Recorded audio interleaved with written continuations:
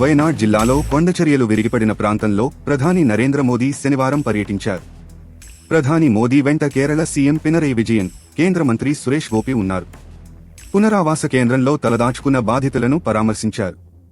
ప్రధాని మోదీ కాల్పేటలో అడుగిడిన తర్వాత జీవీహెచ్ఎస్ స్కూల్లో తలదాచుకున్న బాధితులను కలుసుకున్నారు. వారిని చూసిన ప్రధాని భావోద్వేగానికి గురయ్యారు.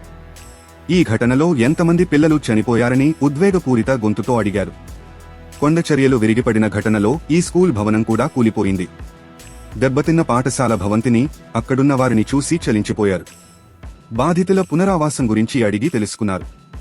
కొండచర్యలు విరిగిపడిన సమయంలో జీవీహెచ్ఎస్ వెల్లర్మల స్కూల్లో 582 మంది విద్యార్థులు ఉండగా ఇందులో 27 మంది గల్లంతైనట్లుగా తెలుస్తోంది.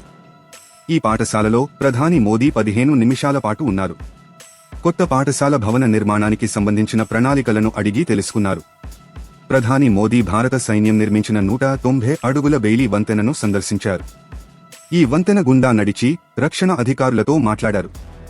స్థానిక ఆసుపత్రిని సందర్శించి బాధితులను పరామర్శించారు. అనంతరం కేరళ గవర్నర్ ఆరిఫ్ మహమ్మద్ ఖాన్, సీఎం పినరాయి విజయన్, ఇతర అధికారులతో సమీక్ష నిర్వహించనున్నారు. ప్రకృతి విపత్తులో వయనాడ్ ప్రజల కలలన్నీ కల్లలైపోయాయని ప్రధాని నరేంద్ర మోదీ అన్నారు. వయనాడ్లో ఏరియల్ సర్వే నిర్వహించిన అనంతరం కొండచర్యలు విరిగిన ప్రాంతాన్ని పరిశీలించారు. ఆ తర్వాత బాధితులను కలిసి మాట్లాడారు.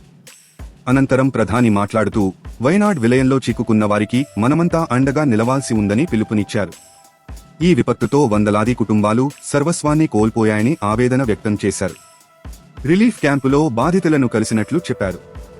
అందరం కలిసి పనిచేసి బాధితులకు అండగా ఉండాలన్నారు. ప్రభుత్వ సంస్థలు, స్వచ్ఛంద సంస్థలు కలిసి పని చేయాలని సూచించారు. ఆప్తులను కోల్పోయిన వారికి మనమంతా అండగా నిలబడదామన్నారు. ఈ దుఃఖ సమయంలో అండగా ఉంటానని బాధితులకు చెప్పానన్నారు. రాష్ట్ర ప్రభుత్వం ప్రకృతి విపత్తు నష్టపరిహారంపై అంచనాలు పంపిన వెంటనే సాయం చేస్తామని హామీ ఇచ్చారు. ఇది సాధారణ విపత్తు కాదన్నారు.